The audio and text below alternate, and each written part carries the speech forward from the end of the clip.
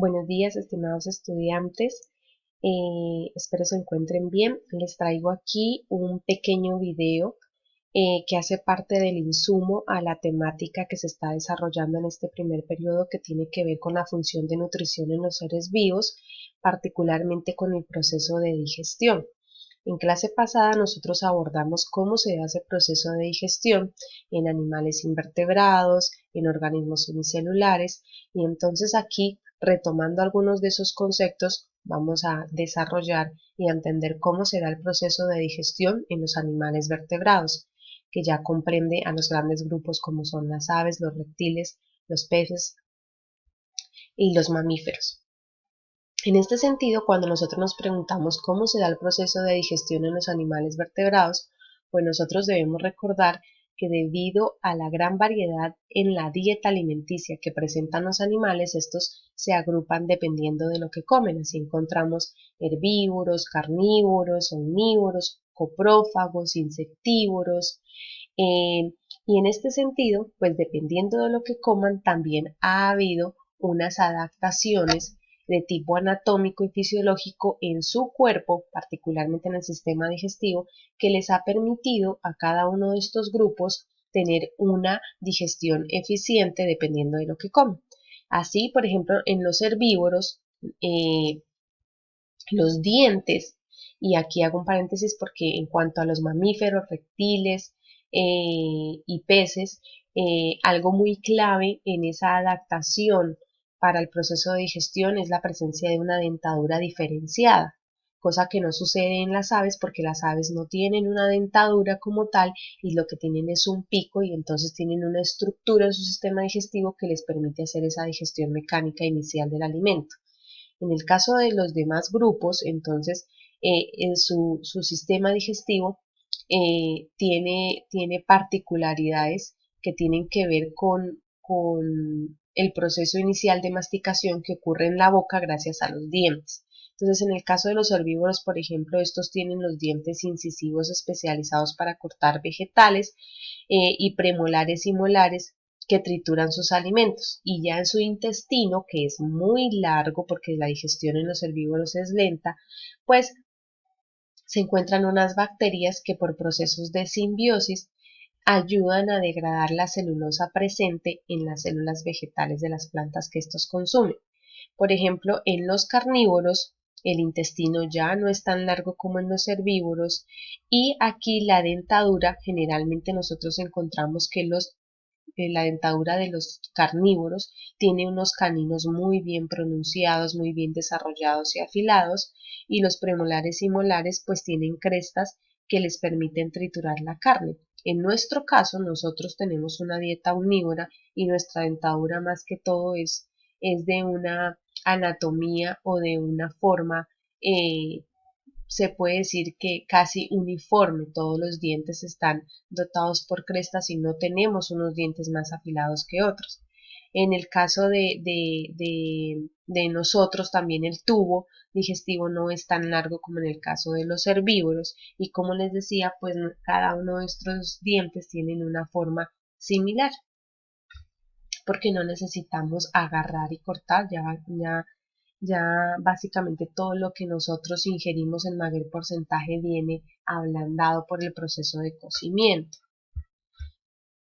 Ahora bien, nosotros vemos aquí la gráfica, por ejemplo, nosotros podemos ver el cráneo y la disposición de los dientes de un herbívoro versus la disposición de los dientes de un canino. Aquí notamos los caninos pronunciados, los incisivos también un poco puntiagudos, mientras que en los herbívoros los molares son más uniformes y los caninos son prácticamente igual a los demás dientes y los incisivos son los que son un toque más afilados para hacer el corte de los vegetales. Entonces, cuando uno ve la dentadura y encuentra cráneos, cuando uno ve dentadura, pues, puede ayudarse con la observación de la dentadura a saber de qué se alimentaba ese organismo cuando estaba vivo.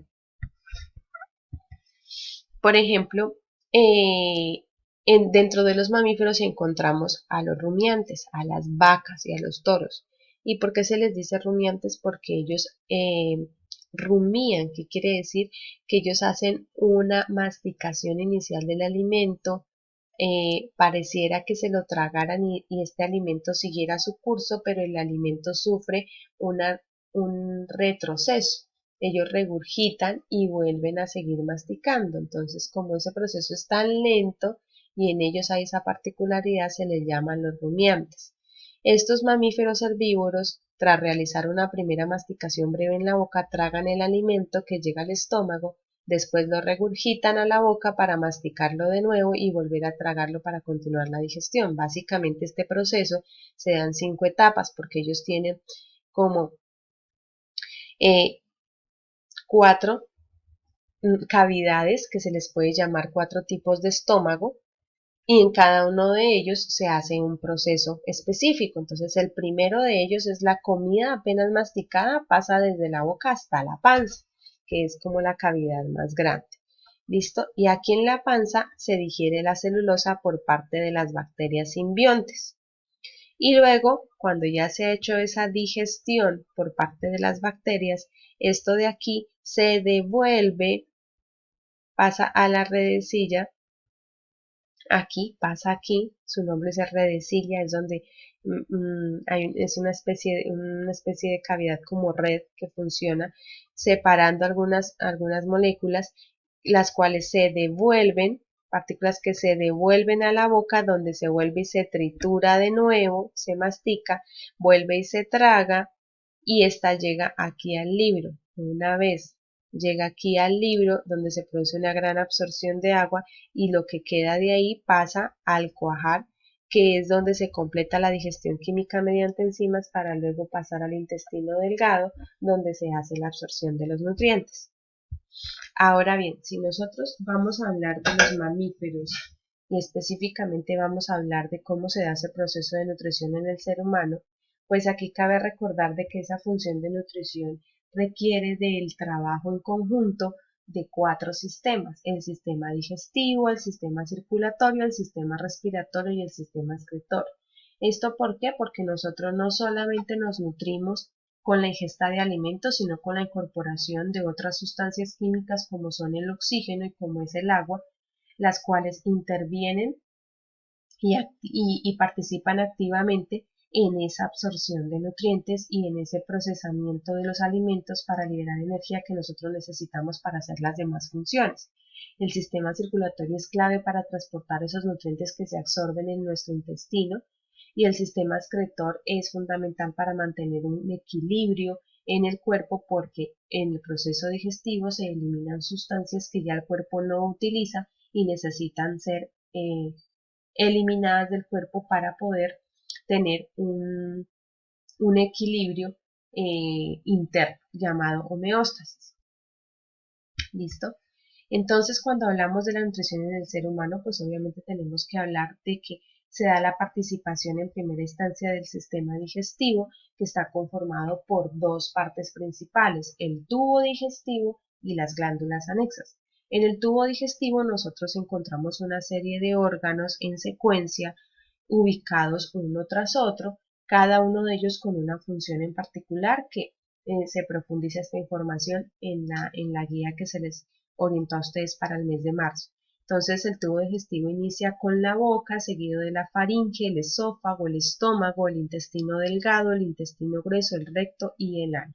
Entonces es un sistema digestivo muy completo, tiene 2 aperturas, una que permite la ingesta y otra que permite la salida de los desechos de la digestión, y cada uno de ellos con una función en particular y muy importante. El sistema digestivo, digamos, que necesita de todos los órganos para funcionar de manera eficaz. Las glándulas anexas, que son el otro grupo de órganos que hacen parte del sistema digestivo en los seres humanos, pues son las encargadas de producir jugos digestivos y una serie de enzimas que ayudan a hacer ese proceso de digestión y absorción de los nutrientes. Entonces, esos jugos se vierten en el tubo digestivo, donde se facilita la digestión de los alimentos. Entonces, desde que inicia nuestro tubo digestivo en la boca, ya tenemos ese tipo de glándulas. En la boca nos encontramos las glándulas salivales, que están situadas alrededor de la boca y fabrican saliva que segregan a la boca.